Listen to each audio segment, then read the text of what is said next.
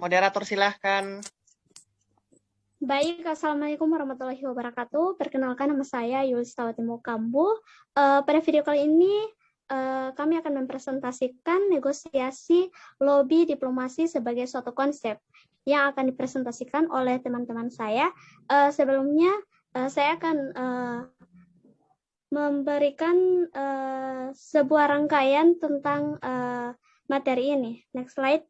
Pada pendahuluan dapat kita lihat bersama bahwa negosiasi adalah kegiatan yang dilakukan untuk mencapai suatu keadaan yang dapat diterima kedua belah pihak. Selain itu, negosiasi adalah pertemuan antara dua belah pihak dengan tujuan mencapai kesepakatan atas pokok-pokok masalah yang pertama, penting dalam pandangan kedua belah pihak. Kedua, dapat menimbulkan konflik di antara kedua belah pihak. Ketiga, membutuhkan kerjasama kedua belah pihak untuk mencapainya.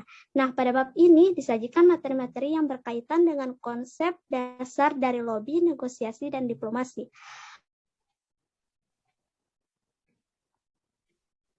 Dari tiga hal tersebut, pemberian materi ini di awal perkuliahan dimaksudkan agar mahasiswa dapat memahami hal-hal yang menjadi konsep dasar dari lobi, negosiasi, dan diplomasi. Selanjutnya, penyajian materinya akan disampaikan oleh rekan-rekan saya. Silahkan. Ya, baik. Terima kasih moderator. Izinkan saya untuk mempresentasikan bagian dari saya, yaitu negosiasi.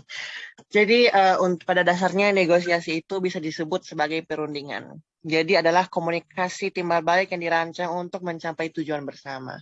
Jadi contohnya itu proses tawar-menawar dengan jalan berunding untuk memberi atau menerima guna mencapai kesepakatan antara satu pihak. Jadi mereka itu akan memiliki kesepakatan yang sama. Jadi contoh selanjutnya yaitu penyelesaian sengketaan secara damai melalui perundingan antar pihak-pihak yang bersangkutan. Nah, ini adalah efek dari negosiasi. Jika negosiasi ini berhasil, maka kita mendapatkan barang dengan harga miring atau diskon. Kalau gagal, kita harus membayar dengan harga yang mahal. Jadi ada baiknya kita mencari alternatif yang lain jika negosiasi gagal. Oke, di sini saya mengambil tiga aspek negosiasi, yaitu senantiasa melibatkan orang baik sebagai individual, perwakilan organisasi, atau perusahaan, sendiri atau dalam kelompok. Dan kedua, negosiasi biasanya menyangkut hal-hal di masa depan, sesuatu yang belum terjadi dan kita inginkan terjadi. Dan terakhir, ujung dari negosiasi adalah adanya kesepakatan yang diambil oleh kedua belah pihak, meskipun kesepakatan itu misal kedua belah pihak sepakat untuk tidak sepakat.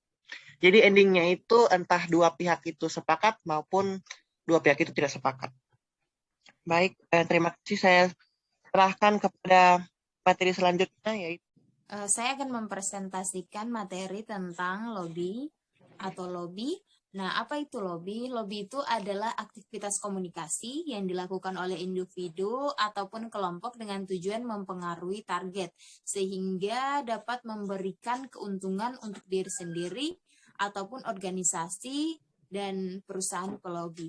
Nah, lobby ini secara kata dia ini merupakan ruang tunggu atau mencoba untuk mempengaruhi. Nah, bedanya lobby dan negosiasi ini biasanya kan kita itu bingung antara lobby dan negosiasi ini sering disamakan. Tujuannya kan sama untuk mempengaruhi. Nah, di sini kalau lobby itu dia lebih santai dan tidak langsung pada inti permasalahan. Saat akan melakukan lobby, kedua belah pihak ini biasanya memulai dengan pembicaraan yang santai dan bahkan tidak bersangkutan dengan diskusi yang sesungguhnya.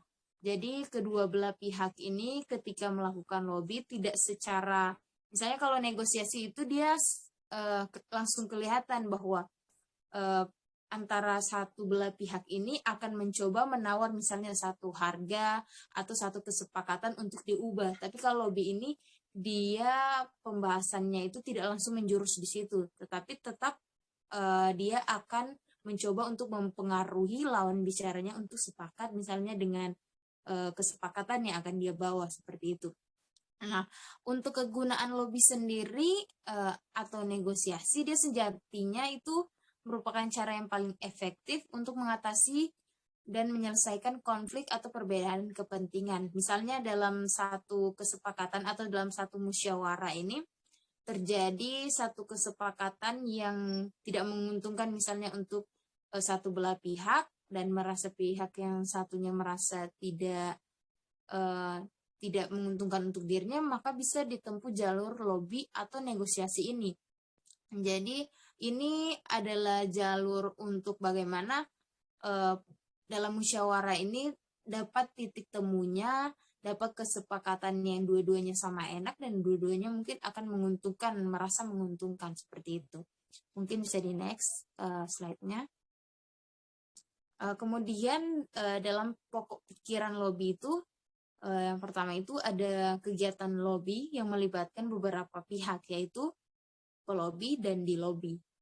Kemudian kegiatan lobby itu dapat dilakukan secara individual ataupun berkelompok dengan sasaran berupa individu berpengaruh, kelompok lembaga, pemerintah, lembaga non-pemerintah, perusahaan swasta, dan sebagainya.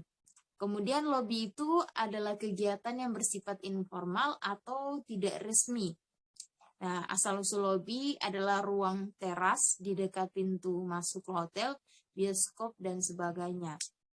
Jadi itulah penjelasan singkat saya, ulasan singkat saya tentang apa sih lobby itu, kemudian pokok-pokok pikiran lobby, dan bagaimana konteksnya bedanya dengan negosiasi.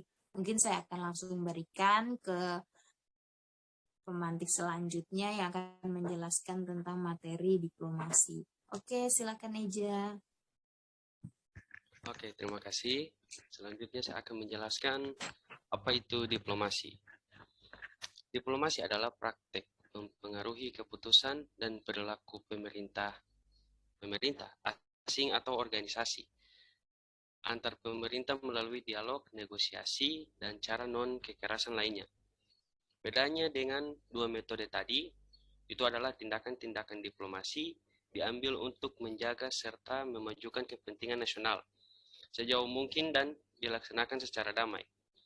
Pemeliharahan perdamaian dengan tanpa merusak kepentingan nasional merupakan tujuan utama diplomasi. Fungsinya, dari diplomasi tersebut, sebuah negara akan menghasilkan keputusan kerjasama untuk menyelesaikan konflik yang terjadi. Oleh sebab itu, perlu adanya penyelesaian agar negara-negara tersebut aman untuk ditinggali.